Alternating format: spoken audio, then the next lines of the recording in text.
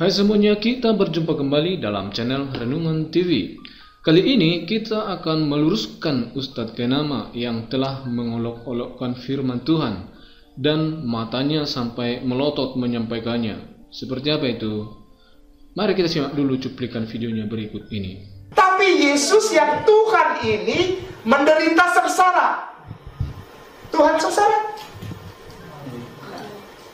Seharusnya Tuhan nggak boleh sengsara. Kalau dia masih bisa sengsara, dia bukan Tuhan. Udahlah Ustaz, bahas sajalah kitabmu. Pernyataanmu ini kan karena kamu tidak mengerti kenapa sampai Yesus mau menderita. Kalau Tuhan Yesus mau, tidak ada yang bisa membuat dia menderita. Tidak ada yang bisa membuat dia terluka. Tidak ada yang mampu mencelakainya. Tetapi di sini Tuhan Yesus sendiri yang menyerahkan dirinya untuk menanggung penderitaan itu. Bahkan hingga disalibkan. Dengan maksud ada tujuannya. Apa tujuannya? Mari kita bahas. Ketika Tuhan Yesus yang adalah Sang Firman yang menjadi manusia, sebagaimana yang dikatakan dalam Yohanes 1 ayat 1 ditambah ayat 14, coba kita baca ya. Di ayat 1 dikatakan, pada mulanya adalah Firman. Firman itu bersama-sama dengan Allah dan firman itu adalah Allah. Kemudian kita lompat ke ayat yang ke-14. Firman itu telah menjadi manusia dan diam di antara kita dan kita telah melihat kemuliaannya, yaitu kemuliaan yang diberikan kepadanya sebagai anak tunggal Bapa, penuh kasih karunia dan kebenaran. Nah, di sini Sang Firman itu ketika menjadi manusia, ya dia menjadi manusia seutuhnya. Jadi di sini ada dua kodrat ganda Tuhan Yesus Kristus, yaitu Firman seutuhnya dan juga manusia seutuhnya. Jadi sebagai Sang Firman yang ilahi, Tuhan Yesus itu 100% adalah Allah. Dan juga sebagai manusia, Tuhan Yesus itu 100% insani. Nah, dalam kodrat ganda Tuhan Yesus inilah menjadi sebuah jawaban, Tuhan kok bisa mati? Tuhan kok menderita? Tapi perlu diketahui, mengenai kematian Tuhan Yesus dan rela menderita, tentu karena ada tujuannya. Jadi bukan sekedar menderita biasa. Dia adalah anak domba, Allah yang menghapus dosa dunia. Sekarang coba kita simak 1 Petrus 3 ayat 18. Sebab juga Kristus telah mati sekali untuk segala dosa kita. Ia yang benar untuk orang-orang yang tidak benar, supaya ia membawa kita kepada Allah. Ia yang telah dibunuh dalam keadaannya sebagai manusia. Nah, ini sangat penting. Harus kita garis bawahi ini. Ya, yang telah dibunuh dalam keadaannya sebagai manusia. Jadi dibunuh sebagai manusia daging, sedangkan sebagai Sang Firman yang ilahi tidak bisa disentuh, tidak bisa dilukai. Jadi pemahaman di sini harus benar-benar kuat. Yang mati itu bukan keilahiannya, yang menderita itu bukan keilahiannya, tetapi yang mati dan menderita itu adalah kemanusiaannya. Lah, kok bisa begitu? Nah, itu tadi, karena ada dua kodrat ganda dari Tuhan Yesus. Nah, kita kembali kepada ayat tadi, dikatakan bahwa sebab juga Kristus telah mati sekali untuk segala dosa kita. Jadi kematian dan penderitaan Tuhan Yesus itu adalah untuk menebus segala dosa kita.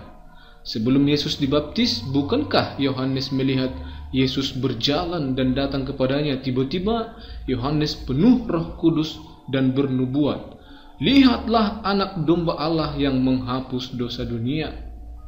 Jadi Tuhan Yesus turun ke bumi bukan hanya sekedar untuk menunjukkan bahwa dia punya kuasa menyembuhkan orang sakit, membangkitkan orang mati, menjelikkan mata buta, membuat orang lumpuh berjalan, penyakit kusta jadi tahir.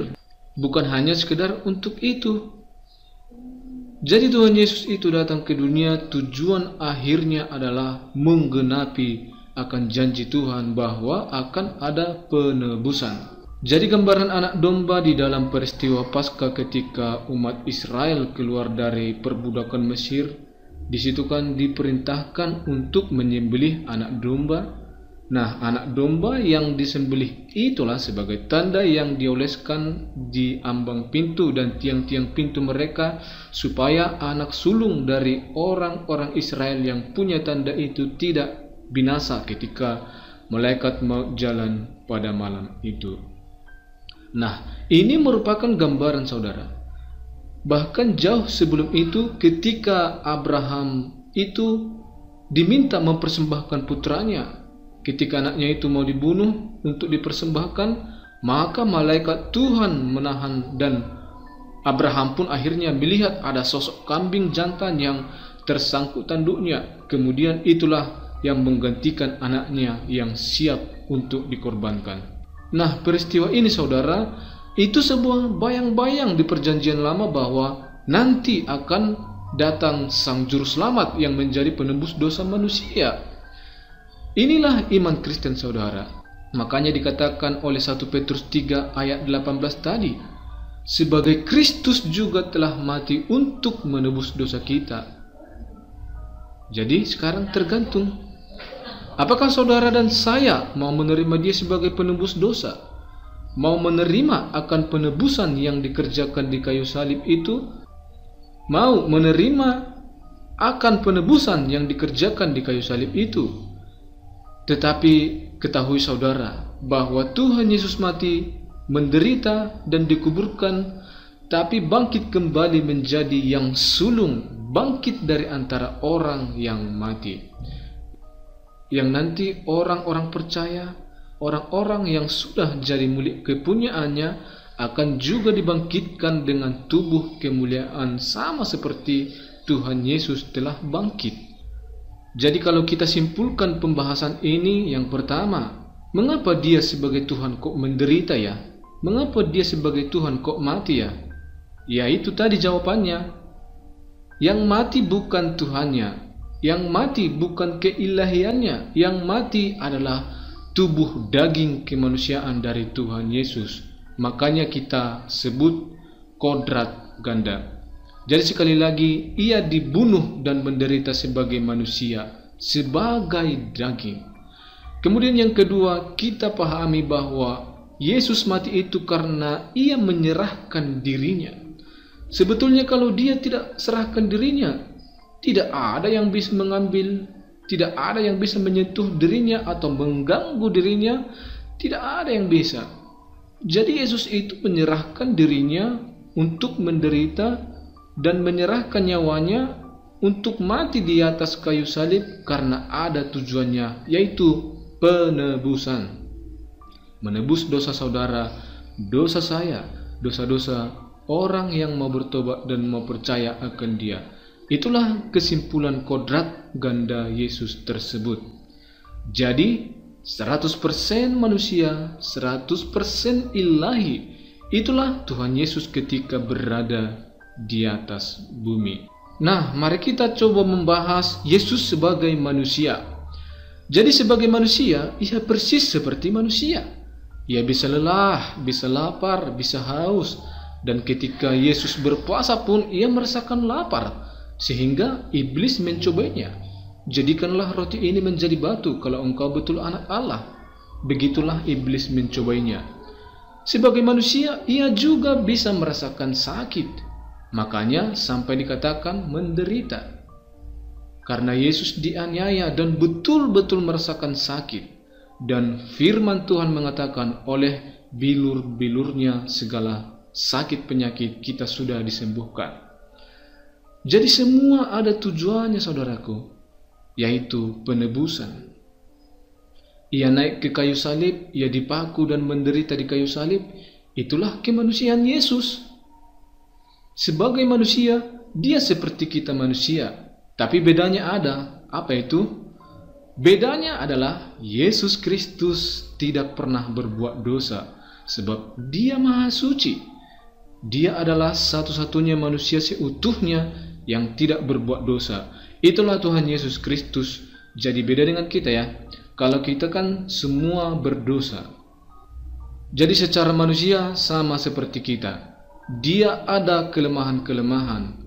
Meskipun kadang-kadang ada saatnya Yesus mengatakan keilahiannya, yaitu ketika ia berjalan di atas air, dia menenangkan badai dan sebagainya. Itu adalah keilahiannya. Sekarang mari kita bahas keilahian Tuhan Yesus itu. Juga di dalam beberapa ayat Alkitab telah ditunjukkan keilahian Tuhan Yesus itu. Nah, beberapa ayat itu akan kita berikan kepada saudara. Yesus tidak menolak penyembahan atau pengakuan dari Thomas. Di mana ketika Thomas tidak percaya karena pada waktu Yesus bangkit dan menampakkan diri kepada murid-murid yang lain, Thomas kan absen dan tidak hadir di situ, sehingga para teman-teman Thomas bercerita, "Kami telah melihat Tuhan." Dan Thomas berkata, "Aku tidak percaya kalau aku tidak mencucukkan akan jariku ini di lubang tangannya dan lubang lambungnya. Aku tidak percaya." Waduh, ini kepahitan Thomas, saudara. Nah, sampai satu kali dikatakan di dalam Yohanes 20 ayat 26 sampai 29. Mari kita baca. 8 hari kemudian murid-murid Yesus berada kembali dalam rumah itu dan Thomas bersama-sama dengan mereka. Sementara pintu-pintu terkunci, Yesus datang dan ia berdiri di tengah-tengah mereka dan berkata, "Damai sejahtera bagi kamu."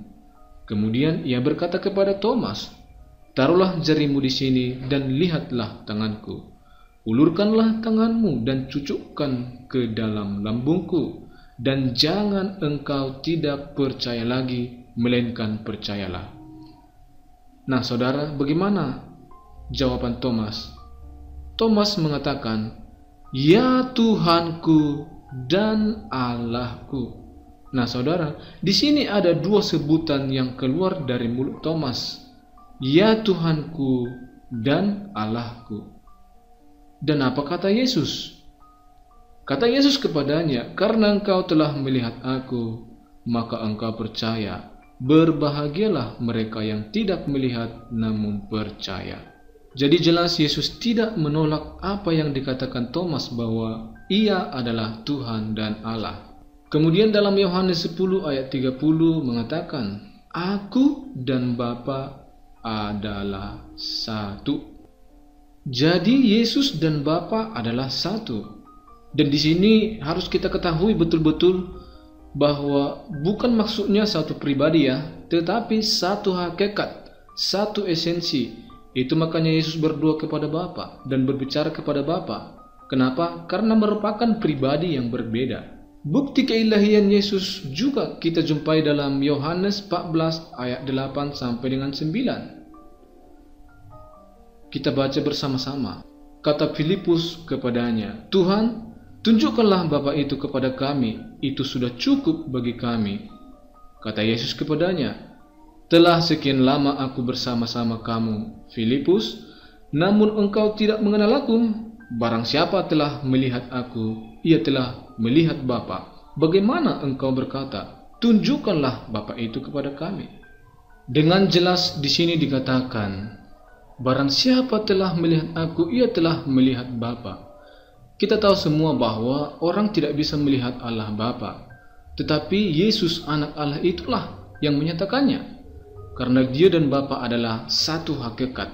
Nah, disinilah keilahian Yesus dinyatakan. Melihat Yesus, melihat Bapa, karena Yesus dan Bapa itu satu esensi. Kemudian masih dalam Yohanes, yaitu Yohanes 14 ayat 11 bagian A. "Percayalah kepadaku bahwa aku di dalam Bapa dan Bapa di dalam aku." Sungguh sangat menarik, bukan? Yesus dan Bapa itu sesuatu yang tidak terpisahkan. Jadi itulah beberapa ayat yang membuktikan keilahian Yesus. Sekarang sudah jelas ya. Kesimpulannya, Yesus 100% manusia? Ya. Yesus 100% Allah? Ya. Yesus rela mati? Ya. Yesus rela menderita? Ya. Untuk apa? Yaitu tadi, untuk menebus dosa saya, untuk menebus dosa saudara, dan juga semua orang yang mau mengikut Yesus. Terima kasih telah menonton video ini. Kita berjumpa kembali di dalam video berikutnya.